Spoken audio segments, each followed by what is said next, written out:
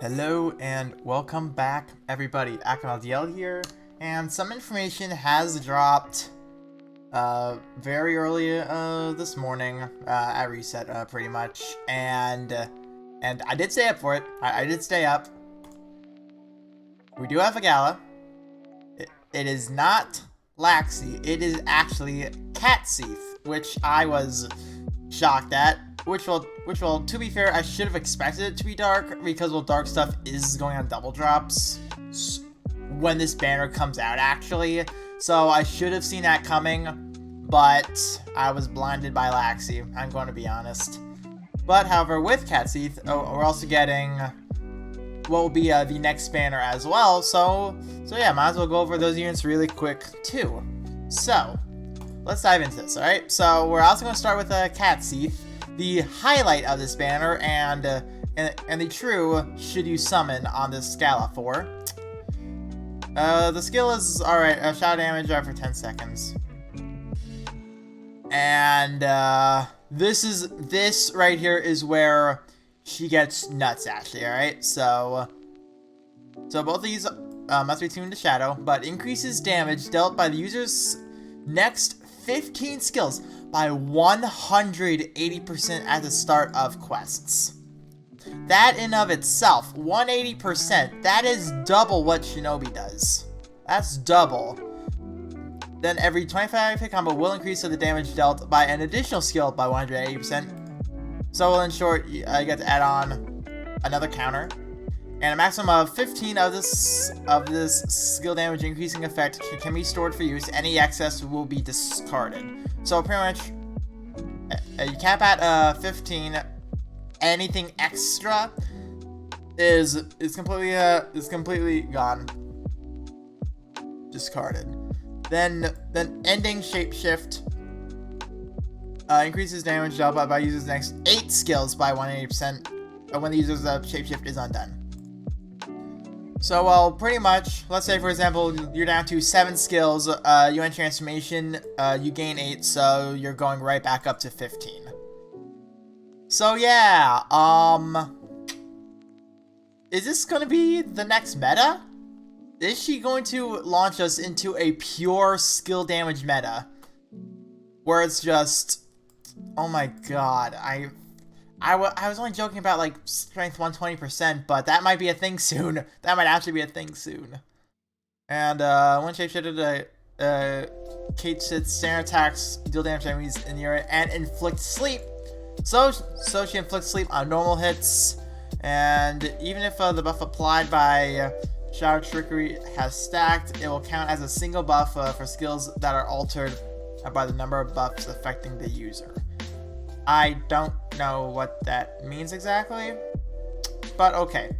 So apparently she inflicts sleep naturally as well, and once again just 180% skill damage, and with pretty much units that can get up hits very easily, they're fine with this. They're perfectly fine with this. But yeah, though, imagine this a dragon on like a Lathna or even Zena now because of her bullets. Just imagine the possibilities. We're going to be launched into something very, very dangerous very soon, alright? And we'll also because this dragon is being released, more than likely Master Cayenne will be coming. So yes, I'm predicting that. If I'm right, whoop-de-doo. So, moving on.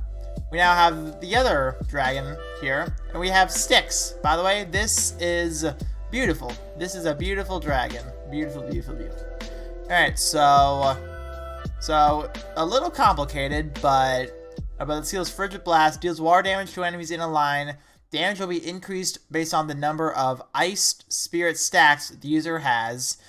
Ice Spirit stacks are gained through Styx's normal attacks and can be stacked up to 3 times. All Ice Spirit stacks will be consumed when the user has a skill or when their shapeshift is undone. So pretty much you want 3 Ice Spirits before you use your S1, pretty much. So yeah, just a little tidbit on that real quick. And this is where it gets interesting. So obviously, unless you tune to water, Increases of the damage of the next skill by 50% for every 15 seconds that pass. This can stack up to 4 times. All stacks will be lost upon using an attack skill. So pretty much for 1 minute, you can get the max of 200%. That's a long time you're not using a skill. 45 seconds would obviously be 150, and 30 seconds would be 100. I think 30 seconds, it might outdo Siren. I'm not quite sure. But however, I've also seen on the Reddit talking about you really shouldn't compare the two or something like that because they could work differently multiplier wise or something like that. I'm not too sure, but I'm just comparing them based off of pure numbers right now. We would obviously need to wait for the DPS sim to like calculate all this. Then we can truly see who is better and whatnot. But yeah, this is interesting. I don't think it's warranted enough to summon because I feel like it's too long. That is my opinion, though. Just if I'm proven otherwise, I'm proven otherwise. But right now, I think sticks ain't too worth. I'm just gonna be honest there. All right, so next we have a Water Sword Eugene, who's a support unit, and you'll see why. So, creates a buff zone, allows for 10 seconds, and skill shift. So, here we go. Phase 1, increases strength of all adventurers inside by 20%. That's very nice. So, increases strength by 20%, and increases flame resistance by 8. Very good there.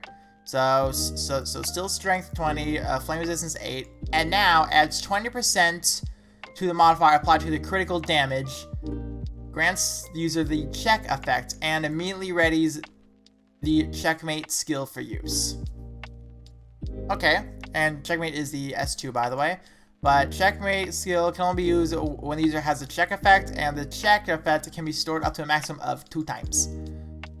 So, and checkmate, in the meanwhile, deals water damage to enemies directly ahead. This skill can only be used when the user has the check effect and will consume 1 check.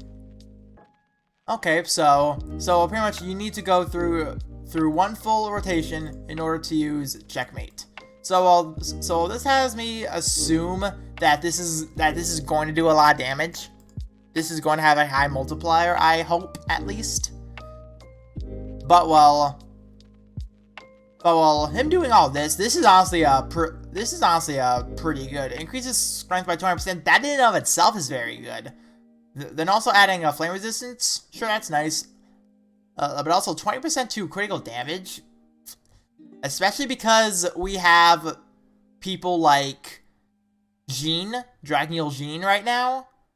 And also Nimbus. And even now the Agito weapon as well. That gives everyone crit rate. This is actually pretty good. This is actually pretty good. I wanted a new water unit to take advantage of the Agito weapon, and I think he might do that very well actually. Then obviously we have Dragon Haste, and we actually have another Water Dragon Claws unit. So very nice. That works great with the Zanefried then. Very nice. And critical hit equals inspiration level up. Increases the user's inspiration level by 1 stage each time one of the user's attacks is a critical hit. After activating this ability, it will not activate again for 10 seconds. I don't know what inspiration is. I know Urias has it. I don't know what inspiration is. I haven't used inspiration enough to say if, oh my god, this is good. But I don't know what it is. I just don't. I just don't. Alright, so stun res, cool, and he can tank off a first hit. Wait, no, not first hit. As long as he's above a 70%. My bad. But yeah, overall, his S1 is very good. His S1 is very, very good. And also because he's Water Sword, it's going to be hit, tap, for strike, which is pretty nice. So yeah, I feel like he's really good, actually. He's really good. Alright, and we have Katherine. I know that someone is excited. I know that someone is excited for Katherine. Just if you're watching this, good on you. And let's go over. Increases user strength by 20% for 10 seconds. Grants the user perfect escort effect. How appropriate. The perfect embodied ability buffs the user based on the number of perfect escort stacks they have, up to a maximum of 3 stacks. So in short, this is a buff and gives the effect. Then perfect order deals water damage to the target and nearby enemies. Damage will be increased based on the number of perfect escort stacks the user has. Using the skill will consume all perfect escort stacks. So, what I'm getting from this, Crom. I'm getting Crom vibes from this. This is going to be a easier to use Crom to whoever you want to use Beckon Call 3 times, then use Perfect Order. That is what I'm getting right now. Which will, honestly, not that bad. And well, the reason why she is easier is because she also doesn't have to worry about the skill reservoir. So yes, she's going to be a burst damage dealer. So it's HP and a water flurry strength, which is still very nice. Now another water unit has it, which is always welcomed right now, because I think it's only Xander right now that has it. So yeah, you could use that for like high dragons or healers or something. So Perfection Embodied 2. Buffs the user's standard attacks, force strike, and the Perfect Order skill based on the number of perfect escort stacks they have. Alright, cool. So the pretty much the perfect escorts, it has more use than just powering her S2. It also buffs standard attacks and force strikes as well. So in addition, they'll be immune to knockback, and all elementally attuned damage they take will be reduced by 10% as long as they have at least 1 stack, but they will lose 1 stack each time they take damage. So yeah, you want to get perfect escorts as fast as possible. So yeah, she's probably going to have something like a Chocolatiers or something like that. Chocolatiers and maybe like, I don't know, Castle Cheer Corpse or something. That way she can get the Beckon Calls up very quick. That way Perfect Order could then be used. I don't know. I'm just talking stuff. Hopefully. And also she has stun res and skill damage up by 30%. So honestly, yeah, she's going to be a great burst damage dealer, I feel like. So yeah, this banner, it's gonna be interesting. There's gonna be a lot of testing. That's for sure. A lot of testing because of the 2 dragons. These 2 are going to introduce a pure skill damage meta. Not like Shinobi, not like Sakuya, where it's like part strength, part skill damage. But now I feel bad because Light literally missed out on an entire meta. I feel bad for Light right now. But, Cygames loves their dark, so can't complain too much because, hey, more fun with Galaxy, am I right? But anyway, that is going to be it for this video. Hopefully you guys are excited, especially for Cat Sith, because well, full blown, I might summon for 5 copies of her alone, to be dead honest, because I don't got other Sonic Stones right now. I'm going to invest them in someone else. So yeah, I might just summon for 5. And well, I'm actually going to stream this, alright? So I will link my Twitch down below.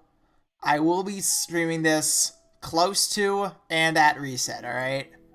I might even be live shortly after this video, to be honest, because I want to grind other stuff as well. I'm going to use streams as an excuse to grind stuff now, but yes, I'm going to try and stream more. Might not all be Dragalia, but hey, some other games will be mixed in there.